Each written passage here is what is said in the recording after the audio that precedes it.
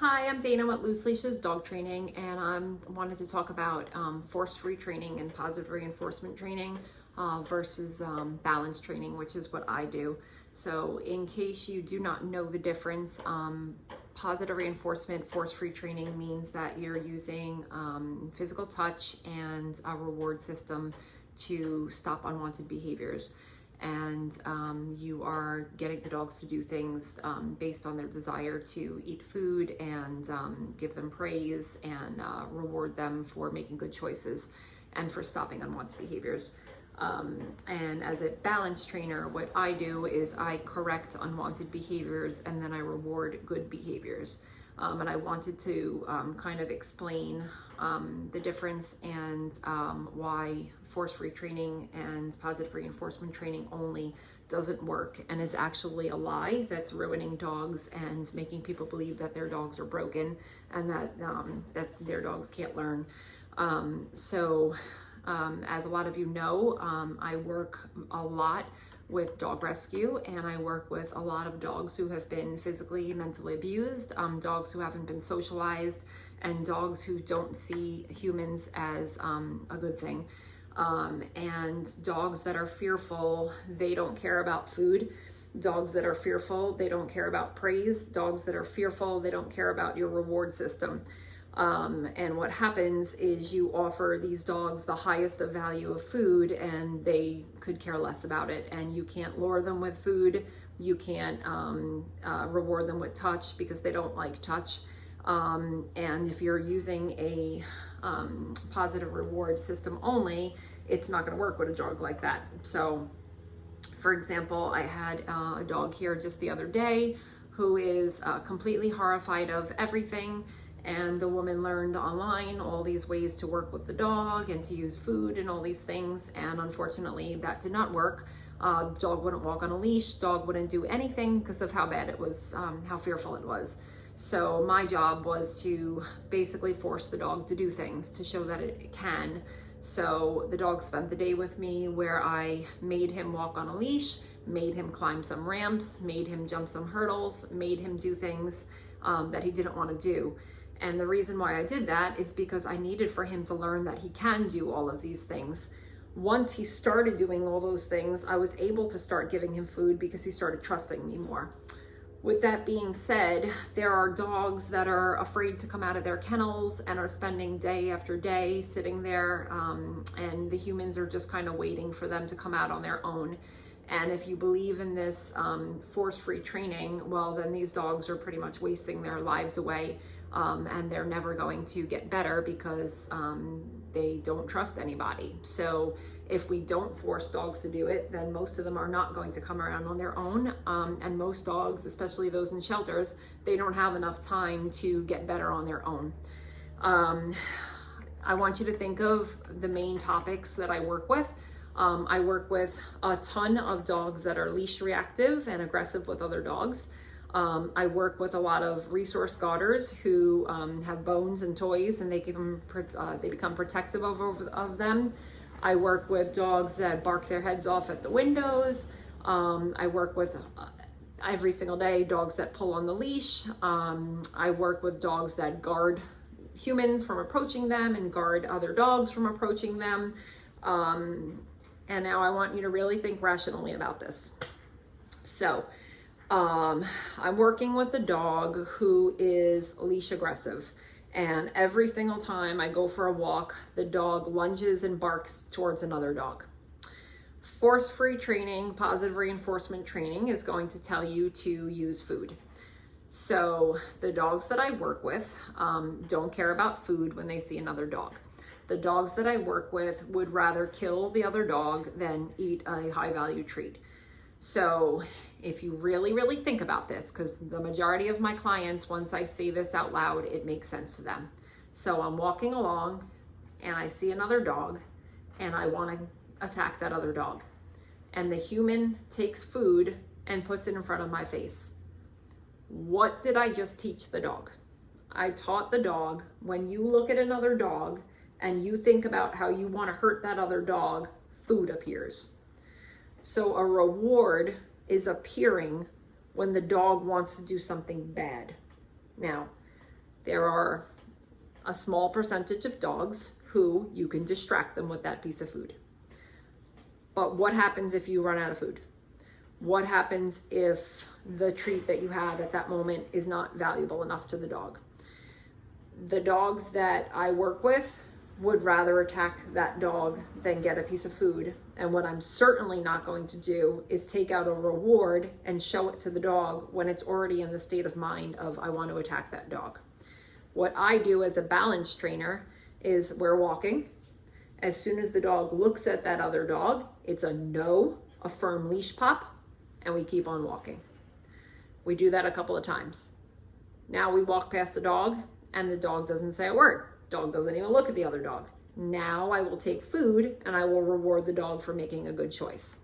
So balance means we teach no, but then we teach yes once we got our no across, okay? I worked recently with a dog who, when it saw other dogs, alligator rolls, Tasmanian devil, flipping the hell out when it saw other dogs. So she went to a box chain type of training, positive reinforcement, and the trainer there told her, when you see another dog, use food. So the woman kind of knew that that wasn't likely that it was going to work. So she said to him, can you demonstrate? And he said, well, there's no other dogs around. And she said, well, I'm not going to believe you until I see it happen. So he said, well, we're not allowed to leave the store. So really what he was doing is avoiding, because he knew it wasn't going to work. So she said, well, if I'm here for training, I need to know how to do this. So needless to say, she got him to go outside the store, and a dog comes approaching, and the dog goes buck wild, spinning in circles, aggressive, and the trainer's got the food, and he's waving the food, and the dog's like, screw you and your food. I want to go after that dog. So now the lady's like, okay, well, that didn't work. What should I do now? And this positive reinforcement trainer said, I'm not sure. I'll have to think about it and let you know. Okay. So this dog, like all the other dogs that fail at training like that, came to me. We put an e-collar on the dog. Dog is walking. Dog sees another dog. No correction. Dog stops, doesn't care, keeps on walking. Now we practice that behavior over and over again. We bring out all different dogs. Dog walks past other dog, doesn't react, doesn't do anything. Good job. Give them food. You can't stop unwanted behaviors with rewards. It's just not possible. If my son and my daughter are fighting and I say, here's a lollipop. Yeah, the lollipop might distract him for 1 second, but then the next time he wants to fight, he knows he's gonna get a reward. So using a reward to stop an unwanted behavior does not work. It does not work. Maybe with a handful of dogs. But the dogs that are coming to me for help, the dogs that are dying in shelters, the dogs that are being surrendered by their owners, they don't care about food and they don't care about touch. They want to do something bad, okay? Jumping, let's think about jumping. So I've worked with thousands of dogs who jump on people, and they've looked online and read how to stop things like jumping. So I get to their house and their dogs are jumping all over me, even though they've been practicing not jumping for years. And every time the dog jumps, they tell the dog to sit. The dog sits, they give them food. So I say something like, did you ever realize that you're training your dog to jump and then sit and get food? And they say things like, oh my God, I never thought about that. Come to think of it, the dog actually sits after it jumps to get a piece of food. That's because you're training the dog that instead of jumping, you should sit, but then you still jumped and you're still gonna get a reward anyway. So then for the rest of your life, the dog jumps and then sits. So technically you're teaching a jump sit. So instead, walk into the house, dog goes to jump, no correction, no e-collar, no pet corrector spray, no plus something to show that jumping is wrong. If the dog makes a good choice and doesn't jump on the next person, you could give them food, but you don't have to give a reward because they shouldn't be jumping to begin with, okay? Let's think about a dog who doesn't drop stuff in the mouth, has a bone, guards the bone, has a toy, has a sock, has something in the mouth, and doesn't want to drop it. And you're over there, drop it, drop it, drop it, drop it, and the dog's like, no, no, no, I'm not dropping it. And then all of a sudden, you whip out some food. What did you just teach the dog? You just taught the dog that I'm gonna say drop it, you're not gonna do it, I'm gonna give you a reward, and then you're gonna drop it. Let's think about this. So now the dog just learned that if it doesn't want to do something, you'll give it food and then it will do something. Or we say, drop it, e-collar correction, it comes out of the mouth, good job, reward. Okay, practice it again. Put something inside the dog's mouth, drop it on the floor, make the dog pick it up in the mouth, drop it, dog goes, ah, for 1 second, drops it out of the mouth, you reward the dog for dropping it. A 1 second correction is not going to ruin your dog. A 1 second correction, whether it be a leash pop, whether it be pet corrector spray, whether it be an e-collar, whatever it is, a 1 second correction is not going to ruin your dog. A 1 second correction is going to teach your dog that the behavior is wrong, it's not going to be tolerated, and it needs to stop. People are surrendering their dogs because online, all you have are these positive reinforcement trainers. All you have are these force-free trainers that make it sound like rainbows and butterflies. And then what happens is you try all this stuff and it doesn't work. And then you say, I got to get rid of the dog. I tried everything and the dog doesn't listen. Meanwhile, you're using the approach that the dog is learning. Everything I do is a bribe. It's the same exact thing with children. My children have a reward system in our house. You get points for doing your chores. You get points taken away for doing something wrong.